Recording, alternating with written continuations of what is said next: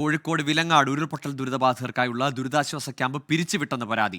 പകരം സംവിധാനം ഒരുക്കാതെയാണത്. സർക്കാർ ഉടൻ പുനരധിവാസം ഒരുക്കണമെന്നാണ് ആവശ്യം. മിഥില ബാലൻ ചേരുന്നുണ്ട് വിശദാംശങ്ങളുമായി. മിഥില, ഏതാണ്ട് 200ഓളം പേർ അവിടെ ദുരിതാശ്വാസ ക്യാമ്പുകളിൽ കഴിയുന്നുണ്ടായിരുന്നു. ഇതിൽ എവിടത്തെ ക്യാമ്പാണ് ഈ പിരിച്ചുവിട്ടത്, അല്ലെങ്കിൽ ആരാണ് ഇവരോട് മടങ്ങിപ്പോകാനൊക്കെ ആവശ്യപ്പെട്ടത്?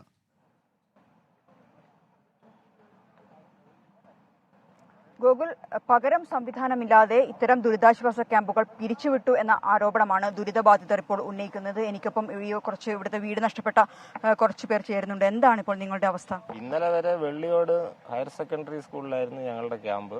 അപ്പോൾ അവിടെ അധികൃതർ വന്ന് പറഞ്ഞു, നാളെ മുതൽ സ്കൂൾ തുറക്കണം, അതുകൊണ്ട് നിങ്ങൾ എവിടെയെങ്കിലും വാടക വീട് കണ്ടുപിടിക്കുകയോ അങ്ങനെ മാറാൻ പറ്റുന്നവർ മാറാൻ, ആ ഒരു ഇതിലാണ് ഞങ്ങൾ അവിടുന്ന് മാറിയത്. അപ്പം ഞങ്ങൾക്ക് ഇതുവരെ വീട് ഒന്നും ശരിയായിട്ടില്ല. പഞ്ചായത്തിന്റെ ഭാഗത്തു നിന്ന് ഒരാൾ പോലും വിളിച്ചന്വേഷിച്ച് പോലും ചോദിച്ചിട്ടില്ല. ഞങ്ങൾ അവിടുന്ന് മാറാൻ പറഞ്ഞ് ഞങ്ങൾ പോന്നു. ഇപ്പം ഞങ്ങളുടെ ഈ സ്ഥലത്ത്, ഈ രണ്ട് ചീളിക്ക് നടുവിലുള്ള ഈ സ്ഥലത്തുള്ള വീടുകളൊന്നും സുരക്ഷിതമല്ല എന്ന് ജിയോളജി വകുപ്പിന്റെ സർവേയിൽ പറയുകയും ചെയ്തു. അപ്പൊ ഇന്ന് രാത്രി ഞങ്ങൾ എങ്ങോട്ടാ പോകേണ്ടതെന്ന് ഒരു അറിയിപ്പ് ഇതുവരെ വന്നിട്ടില്ല. എന്താണ് കുഞ്ഞുങ്ങൾ? 7 പേരുള്ള കുടുംബമാണ് ഞങ്ങളുടേത്. പ്രായമായ അച്ഛനും അമ്മയുണ്ട്, ചെറിയ കുട്ടികളുണ്ട്. അപ്പം ഞങ്ങൾക്ക് അതിനുള്ള ഒരു സൗകര്യത്തിനുള്ള ഒരു വീടൊന്നും ഇതുവരെ കിട്ടിയിട്ടില്ല.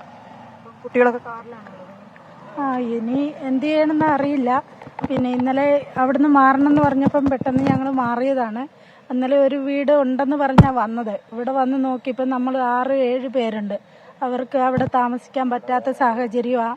വേറെ ആൾക്കാരും അവിടെ താമസിക്കുന്നുണ്ട്. അപ്പോൾ അവിടെ നമുക്ക് താമസിക്കാൻ പറ്റാത്ത സാഹചര്യം ആയതുകൊണ്ട് അവിടെ നിൽക്കാൻ പറ്റില്ല. ഇനിയിപ്പോൾ എന്താ ചെയ്യേണ്ടതെന്ന് അറിയില്ല. ബന്ധു വീട്ടിലെങ്ങാനും ഇന്ന് നിൽക്കാൻ പറ്റും. ഇനി പിന്നെ തുടർന്നുള്ള ദിവസങ്ങളിൽ അധികം ദിവസം അവിടെ നിൽക്കാൻ പറ്റില്ലല്ലോ. ഇനി എന്ത് ചെയ്യണമെന്ന് അറിയാത്ത ഒരവസ്ഥയിലാണ് ഉള്ളത്. വീട് പൂർണ്ണമായും നഷ്ടപ്പെട്ട ഒരു ചേട്ടനാണ് എനിക്കൊപ്പം ചേരുന്നത്. എന്താണ് പുനരധിവാസവുമായി ബന്ധപ്പെട്ട്, അല്ലെങ്കിൽ ക്യാമ്പിൽ നിന്ന് ഇറങ്ങുന്നതുമായി ബന്ധപ്പെട്ട് എന്താ അറിയിപ്പ് ലഭിച്ചിട്ടുണ്ടായിരുന്നു? ക്യാമ്പിൽ നിന്ന് മാറണമെന്ന് അവർ പറഞ്ഞിരുന്നു. അപ്പം ഞായറാഴ്ച മുതൽ പറയുന്നതാണ്. അപ്പോൾ ഇന്നലെ സ്കൂൾ മുടങ്ങി. അപ്പോൾ ഇന്നും കൂടെ സ്കൂൾ മുടങ്ങാൻ പറ്റില്ല. ചൊവ്വാഴ്ച സ്കൂളിൽ നിന്ന് രാവിലെ 8 മണിക്ക് എല്ലാവരും ഒഴിവാകണമെന്ന് പറഞ്ഞു. അപ്പം നമ്മുടേതായ നിലയ്ക്ക് നമ്മൾ അന്വേഷിച്ച് ഞാനൊരു പഴയ വീട് എനിക്ക് കിട്ടി. അപ്പം ഞങ്ങൾ തന്നെ പ്രായമുള്ളൊരു അച്ഛനുണ്ട്, പിന്നെ എൻ്റെ 3 മക്കൾ, ഞാൻ ഭാര്യ, ഞങ്ങൾ 6 പേരാണ് കുടുംബത്തിലുള്ളത്. അപ്പോൾ ഞങ്ങൾക്ക് കിട്ടിയൊരു വീട്, അത് ഇച്ചിരി മെയിൻ്റനൻസ് പണിയെടുത്ത് നമുക്ക് അതിൽ താമസിക്കാവുന്ന ഒരു അവസ്ഥയിലുണ്ട്. ചിലപ്പോൾ ഒരാഴ്ച താമസം പിടിക്കും. അതുവരെ ഞാൻ എൻ്റെ സഹോദരിയുടെ വീട്ടിൽ ഞാനിവിടെ കൂടാൻ തീരുമാനിച്ചു. പിന്നെ നമ്മൾ ഇവിടുന്ന് പോകുമ്പോൾ എല്ലാവരും ആഘോഷമായിട്ട് നമ്മളെ വാഹനത്തിനെല്ലാം കൊണ്ടുപോയി സെറ്റപ്പാക്കി. ഒരാഴ്ച നമ്മളവിടെ ഭക്ഷണമെല്ലാം കഴിച്ചു, അവിടെ വിശ്രമിച്ചു. നമ്മുടെ മനസ്സ് ശാന്തമാവുകയല്ല. എനിക്ക് ഉടുതുണി മാത്രം, എൻ്റെ ഈ ഉടുത്തൊരു കയ്യിലല്ലാതെ മറ്റൊന്നും എനിക്ക് ബാക്കി എൻ്റെ വീട്ടിൽ നിന്ന് എനിക്ക് കിട്ടിയിട്ടില്ല. ആരുടെയും ഇല്ല, എല്ലാം നഷ്ടപ്പെട്ടു പോയി. അപ്പം നമ്മുടെ ഭൂമി നഷ്ടപ്പെട്ടു, വീട് നഷ്ടപ്പെട്ടു. അങ്ങനെ ഒരു അവസ്ഥയിൽ നമ്മളവിടെ ചെന്ന് തിരിച്ചു പോരുന്ന ഒരു അവസ്ഥയിൽ നമ്മുടെ ആ ക്യാമ്പിൽ നിന്ന് പുറത്തേക്ക് പോകുമ്പോൾ നമ്മുടേതായ എന്തെങ്കിലും തുണികളോ സാധനങ്ങളോ, അവിടുന്ന് കിട്ടിയ തുണികളോ സാധനങ്ങളോ ഭക്ഷണ സാധനങ്ങളോ എന്തെങ്കിലും ഉണ്ടെങ്കിൽ അതുപോലും കൊണ്ടുവരണമെങ്കിൽ നമ്മളൊരു വാഹനം കൂട്ടി അവിടുന്ന് പോരേണ്ട അവസ്ഥയിലാണ്. അതിന് പോലും പഞ്ചായത്ത് ഒരു സഹായത്തിന്റെ ഒരവസ്ഥ കാണിച്ചിട്ടില്ല. അതുപോലെ നമ്മളിവിടെ വന്നാൽ തന്നെ നമുക്കൊരു ചായ കുടിക്കണമെങ്കിൽ ഒരു 10 രൂപ കൈ വേണ്ടേ, അതുപോലെ ഒരു പൈസ ഇല്ലാത്ത അവസ്ഥയിലാണ് നമ്മളൊക്കെ അവിടെ നിന്ന്. സർക്കാർ ഒരു 10,000 രൂപ വെച്ച് ഇങ്ങനെ ദുരിതം സംഭവിച്ച കുടുംബങ്ങൾക്ക് കൊടുക്കുമെന്ന് പറഞ്ഞു. പക്ഷെ നമ്മളൊന്നും ഞാൻ ഇന്ന് വില്ലേജിൽ പോയി അന്വേഷിച്ച് കഴിഞ്ഞാൽ അതിൻ്റെ ഒന്നും വന്നിട്ടില്ല എന്ന് പറഞ്ഞു. അപ്പം നമ്മൾ 10 പൈസയില്ല, ഒന്നുമില്ല, ഒരു വസ്തുവില്ല, വീടുമില്ല, ഒന്നുമില്ലാതെ ഈ നാട്ടിലേക്ക് തിരിച്ചു വന്നിരിക്കുകയാണ്. അപ്പം നമ്മുടെ അവസ്ഥകൾ ഇത് പുറലോകം അറിയുന്നുണ്ടോ ഇല്ലയോ എന്ന് ഞങ്ങൾക്ക് അറിയില്ല.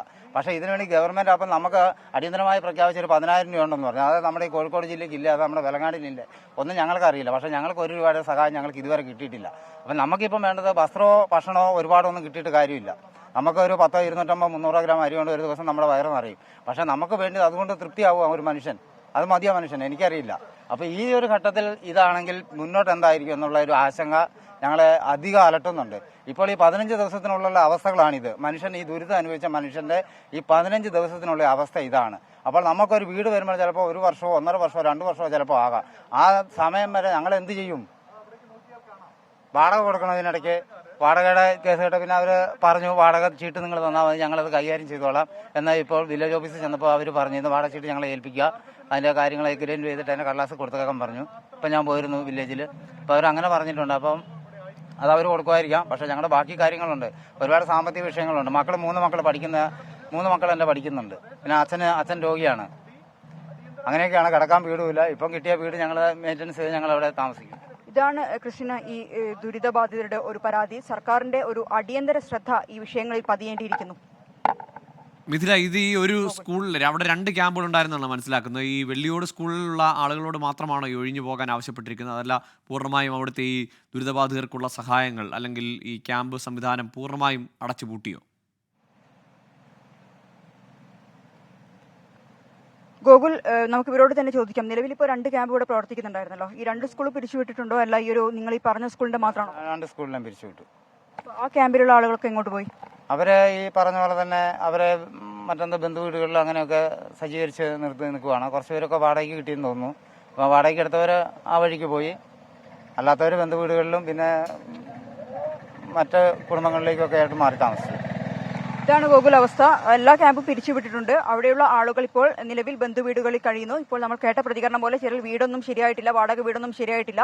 ഇവിടെ വന്ന് നോക്കുന്നു, വീട് താമസിക്കാൻ പറ്റുന്ന ആണോ എന്ന് നോക്കുന്നു. പക്ഷേ ഈ ഒരു കാലാവസ്ഥയിൽ ഇപ്പോൾ നിലവിൽ അല്പസമയം മുമ്പ് നല്ലൊരു മഴ ഇവിടെ പെയ്തിട്ടുണ്ടായിരുന്നു. ഈ ഒരു കാലാവസ്ഥയിൽ ഇവിടെ താമസിക്കുക എന്നത് ഒട്ടും നടക്കുന്ന കാര്യവുമല്ല. സർക്കാരിന്റെ അടിയന്തര ഇടപെടൽ അവിടെ വയനാട്ടിലൊക്കെ നമ്മൾ കാണുന്നുണ്ട്, അവിടെ അധികാരികൾ തന്നെ, റവന്യൂ വകുപ്പ് തന്നെ വാടക വീടുകൾ കണ്ടെത്തുന്നു. അത് സമീപ പഞ്ചായത്തുകൾ തന്നെ കണ്ടെത്തുന്നു. അവർക്ക് ഇഷ്ടമുള്ളിടത്തേക്ക് മാറി താമസിക്കുവാനുള്ള ഒരു സൗകര്യമൊക്കെ ഉണ്ടാകുന്നു. അവിടെ കുറെ കൂടി കേന്ദ്രീകൃതമായ സംവിധാനം, കുറെ കൂടി വ്യാപ്തിയിലുള്ള അപകടം, അതൊക്കെ പരിഗണിക്കാം. പക്ഷേ ഇവിടെ ഈ മനുഷ്യരെ ഇറക്കി വിടുന്നതിന് മുമ്പായി ഇവർക്ക് സൗകര്യമുണ്ടോ എന്ന് പോലും ആരും അന്വേഷിച്ചില്ല എന്നാണോ ഈ പഞ്ചായത്ത് അധികൃതർ? അവരെവിടെയാണ്?